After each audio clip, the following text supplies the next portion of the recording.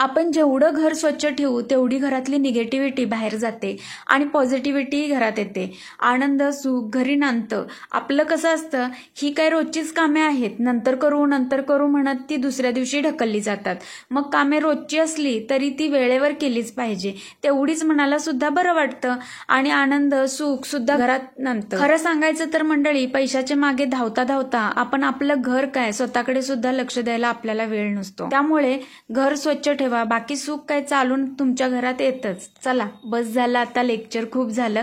आज जायचं होतं आम्हाला भाजी मार्केटला, म्हणून घरातलं सगळं आवरलं, पूजा वगैरे केली आणि निघालो आम्ही मार्केटला. मार्केटला जाताना येथे गणपती बाप्पा दिसले. म्हटलं तुमच्यासोबत थोडा व्हिडिओ शेअर करू.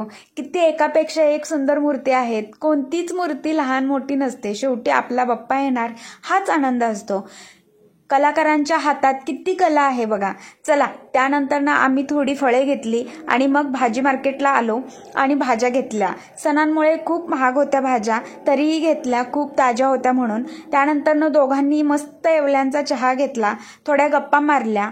हे जे येवले, अमृततुल्य, सलगर हे जे चहाचे ब्रँड आहेत ना, ते चहामध्ये कोणता मसाला वापरतात हेच कळत नाही. असा चहा घरी बनतच नाही. मग आम्ही घरी आलो. भाजीपाला आता नंतर ठेवू फ्रीजला म्हटलं. मग जेवण बनवलं. मस्त भाकरी आणि शेवग्याच्या शेंगाची भाजी बनवली.